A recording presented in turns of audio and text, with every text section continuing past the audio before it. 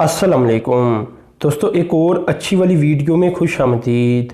दोस्तों, इस वीडियो में मैं आपको बताने जा रहा हूँ कि पिछले साल पाकिस्तान ने कितना कर्ज़ा पे किया। आपको पता है, मैंने जैसा कि हर वीडियो में आजकल आपको बता रहा हूँ कि पिछला साल जो ख़त्म हो चुका है, इसके फिगर आहिस्ता आहिस्ता हमारे सामने आने शुरू हो चुके हैं। तो इसलिए इन टॉपिक के ऊपर वीडियोज़ बना रहा हूँ, आपको भी पता चल सके कि हमारी पिछले साल परफॉर्मेंस क्या रही। तो इसी परफॉर्मेंस को मद्देनज़र रखकर देखा जाएगा कि ओवरऑल हमारा साल कितना अच्छा रहा था। खैर, आज की वीडियो के अंदर मेरी ये कोशिश होगी कि मैं आपको ये बता सकूं कि कितना कर्ज़ा हमने पिछले साल पे कर दिया है। जो कर्ज़ा किसी ज़माने में लिया गया था वो हमने पे कर दिया है। अब दोस्तों, इसमें मैं आपको दो चीज़ें बताना चाहूँगा। एक तो मैं आपको पूरे साल का कर्ज़ा बता दूँगा, लेकिन इसके बाद मैं आपको ओवरऑल जो इन्फॉर्मेशन ज़्यादातर दूंगा वो 11 माह के ऊपर बेस करेगी, यानी जुलाई से लेकर मई तक। इसमें जून शामिल नहीं होगा, जून भी एक शामिल होगा। एक जो मैं पूरी अमाउंट आपको बता दूंगा वो तो मैं आपको बता दूंगा, लेकिन जो प्रिंसिपल अमाउंट अलग करके बताऊंगा, जो इंटरेस्ट हमने पे किया वो अलग करके बताऊंगा। वो सब कुछ सिर्फ 11 माह के ऊपर बेस करेगा, क्योंकि ये क्लियर डेटा मेरे पास मौजूद है। और जो ओवरऑल डेटा है वो सिर्फ इतना ही मेरे पास मौजूद है कि टोटल पूरे साल के अंदर हमने कितना कर्जा पे किया। तो खैर, टॉपिक की तरफ आ जाती हैं। सबसे पहले मैं आपको बता दूं कि 2019 का साल जो ख़त्म हो चुका है जून के अंदर, इसमें पाकिस्तान ने पे किया 10.423 अरब डॉलर। अब ये काफ़ी बड़ी अमाउंट बन जाती है, 10.423 अरब डॉलर। आप ज़रा अंदाज़ा लगा लें कि अगर डॉलर 167 रुपये या 68 रुपये का भी आप लगाएं तो आप खुद ही अंदाज़ा लगा सकती हैं कि ये 1600, 1700, 1800 अरब रुपया तो बन जाता होगा। अब आप खुद ही कैलकुलेटर लेकर ये निकाल सकते हैं रकम, यानी बहुत बड़ी रकम बनती है, बहुत बड़ी रकम बनती है। तकरीबन ये आप खुद ही अंदाज़ा लगा लें कि इससे थोड़ा सा आगे चले जाएं ना, थोड़ा सा 11 अरब डॉलर तक चले जाएं, या बल्कि इतना भी नहीं। आजकल डॉलर क्योंकि आपको पता है कि काफ़ी ऊपर जा चुका है, रुपया डिवैल्यू हो चुका है, तो ये हमारे डिफेंस बजट से भी ज़्यादा वो बन जाती है रकम जो कि हमने पे की वापस।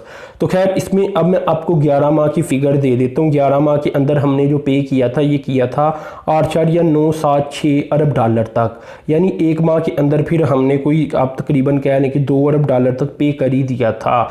तो खैर, इसमें मैं आपको बता देता हूँ कि जो प्रिंसिपल अमाउंट हमने 11 माह के अंदर पे की, प्रिंसिपल अमाउंट से मुराद जो हमने ली, ठीक है ना, एग्जैक्ट अमाउंट जो हमने ली, तो ये हमने की थी 7.361 अरब डॉलर 11 माह के अंदर।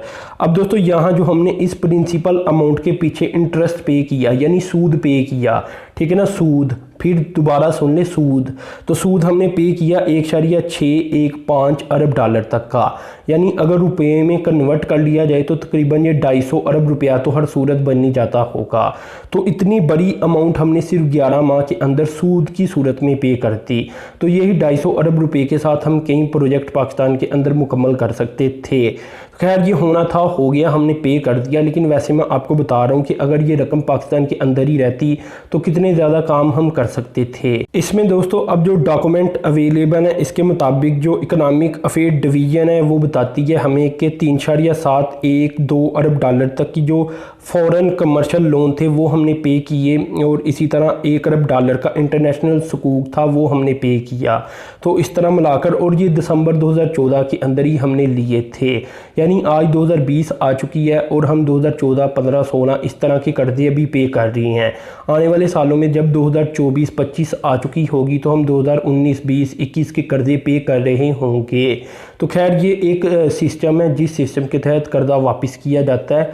एक डेट होती है, एक टाइम होता है, और आहिस्ता आहिस्ता कर्जे वापस होती हैं। इसी तरह कर्जे लिए भी जाती हैं।